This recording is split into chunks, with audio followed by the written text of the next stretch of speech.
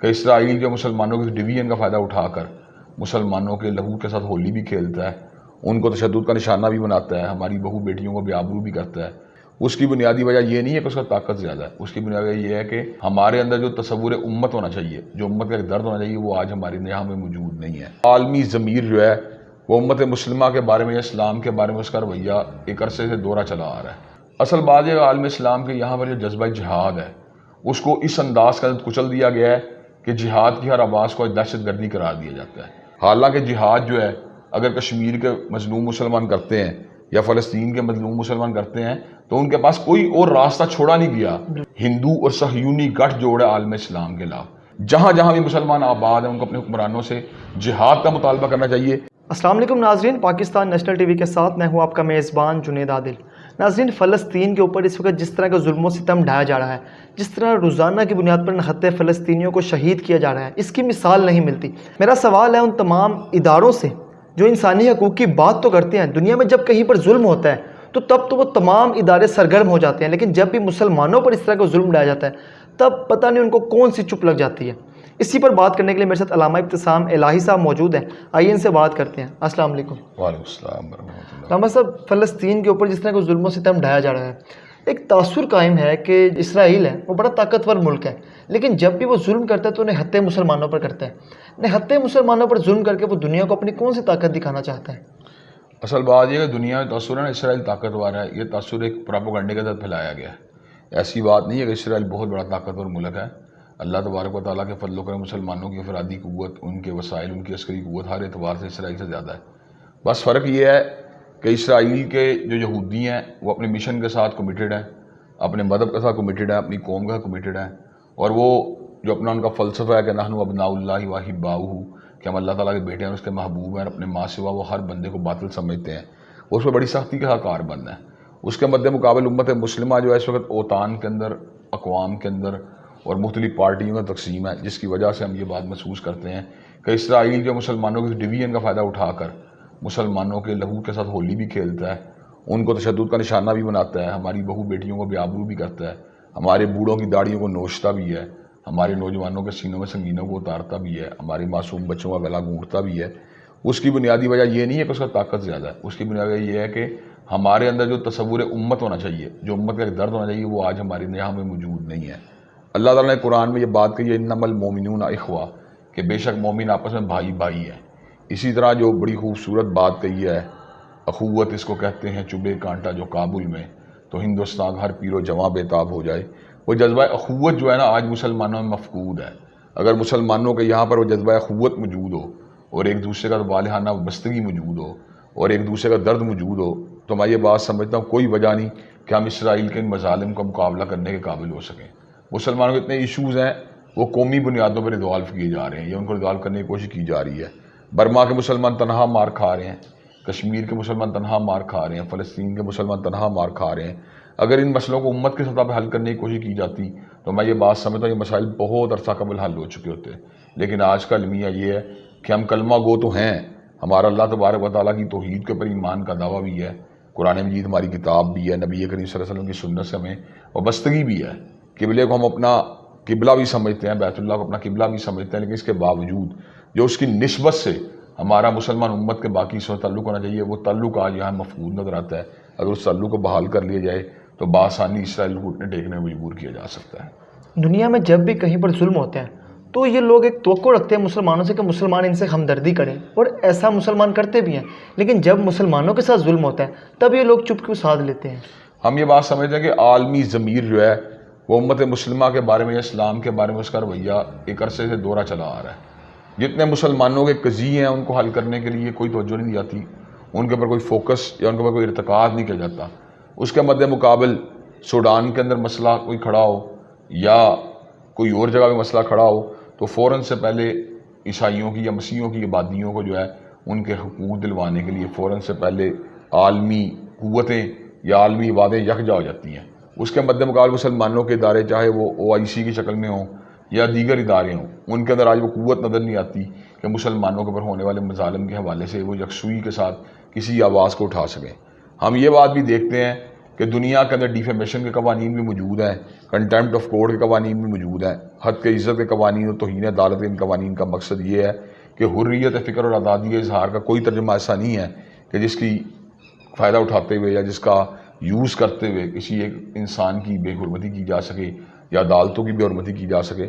لیکن اس کے مد مقابل بلیس فہمی کے حوالے سے جو مغربی تصور ہے یا مغربی ایٹیچیوڈ ہے وہ ہمارے سامنے بڑی وضاحت کے ساتھ سامنے آتا ہے. نبی کریم صلی اللہ علیہ وسلم کی جس طرح شان اقدس میں گستاخیاں کی جاتی ہیں اور حریت فکر اور آزادی اظہار کی آڑ کے اندر جس طرح اس ایکٹ کو، اس ناپاک مذموم قابل مذمت اور شنیع ایکٹ کو جس طرح جسٹیفائی کرنے کی ناپاک جسارتیں کی جاتی ہیں، میں یہ بات سمجھتا ہوں اس سے مغربی دنیا کے جو دور معیار ہیں ان کی کلی کھل کے فرانس نے تو حتیٰ کہ بھی گستاخی کی نبی کریم صلی اللہ علیہ وآلہ وسلم کی شان میں گستاخی کی، اور اب اس نے پابندی لگا دی ہے کہ آپ لوگ احتجاج نہیں کر سکتے. میں یہی کہہ رہا ہوں کہ بنیادی طور پر یہ دیکھیں کہ ان کے معیار دورے ہیں، وہ ہر اعتبار سے مسلمانوں کے لیے ان چیزوں کو قبول کرنے کے لیے تیار نہیں. اب آپ اس بات پہ غور کریں کہ فرانس کے اندر جو ہے نا عورت کو بے لباس ہونے کی اجازت تو ہے لیکن نقاب کرنے کی اجازت نہیں ہے.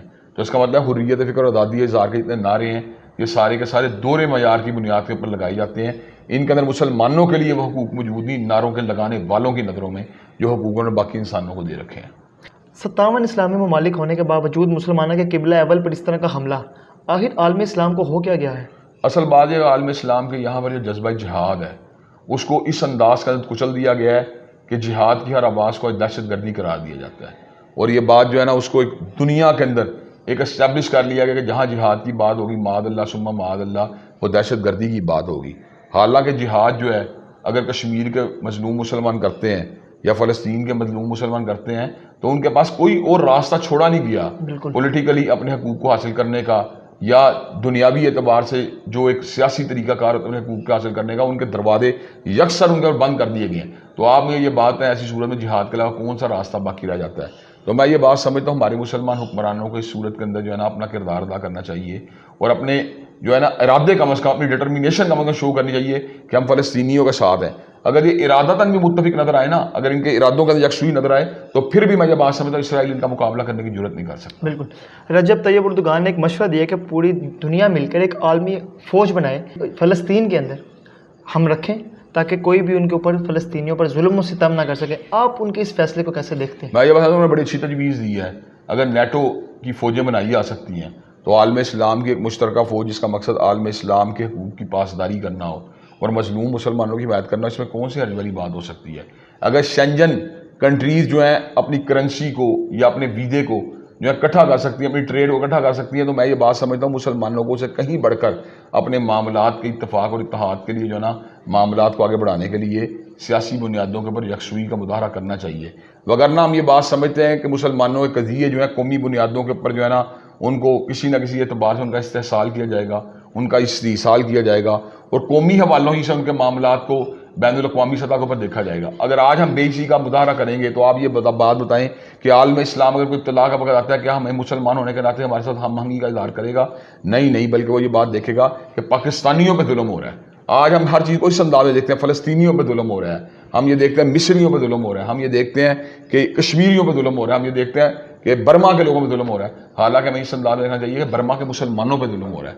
ہمیں دیکھنا چاہیے کہ اہل کشمیر پہ نہیں بلکہ کشمیری مسلمانوں پہ ظلم ہو رہا ہے. ہمیں فلسطینی مسلمانوں پہ ظلم کی بات کرنی چاہیے. اگر یہ اسپرٹ ہمارے اندر پیدا ہو جائے تو میں یہ بات سمجھتا ہوں ہمارے حکمران بآسانی مسائل کو جہاں اپنے ارتکاز کے ذریعے حل کرنے کی پوزیشن میں آ سکتے ہیں. اللہ تعالیٰ کرے کہ ہمارے حکمران ہوش کے ناخن لیں اور ان کے اندر وہ جذبہ جو ہے اخوت کا ان کو بےتاب کرے جس جذبے نے ایک دور کے اندر محمد ابن قاسم کو جو تھا عرب سے اٹھا کر ہندوستان میں پہنچا دیا تھا، اور جس جذبے نے اموریہ کے دارالسلطنت کے اندر معتصم کو جو تھا فوج کشی کے اوپر مادہ تیار کر دیا تھا، آج وہ جذبہ جو مسلمانوں کے یہاں میں مفقود ہے، جب وہ جذبہ پیدا ہو جائے گا تو ہم اللہ تعالیٰ کے فضل و کرم سے کامیابی اور کامرانی سے ہمکنار ہو جائیں گے.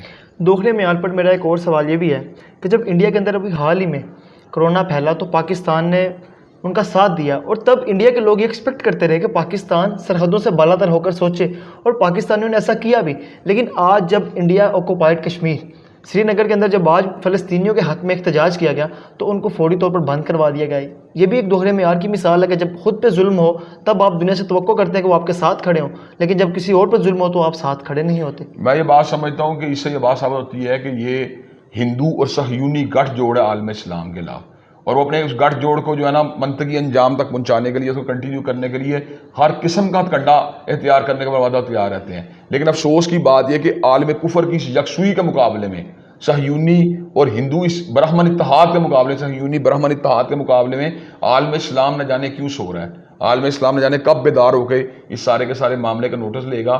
یقیناً ہمارے حکمرانوں کے اس موقع کے اوپر جو ہے نا ملی سوچ کو مد رکھنا چاہیے، اور قومی سوچ کے ساتھ ساتھ آفاقی سوچ کے ساتھ عالم اسلام کے مسائل کو لے کر ان مسائل کو حل کرنے کی جستجو کرنی چاہیے. اللہ نہ کرے کل پاکستان میں ابتلا کا وقت آئے گا. آج پاکستان نے ملت کے مفادات کو مد رکھ کے کوئی قدم اٹھایا ہوگا تو انشاءاللہ عالم اسلام ہمارے شانہ بشانہ کھڑا ہوگا. پوری دنیا آزادی صحافت کی بات کرتی ہے. اب کسی بھی ملک کی مثال اٹھا کر دیکھ لیں.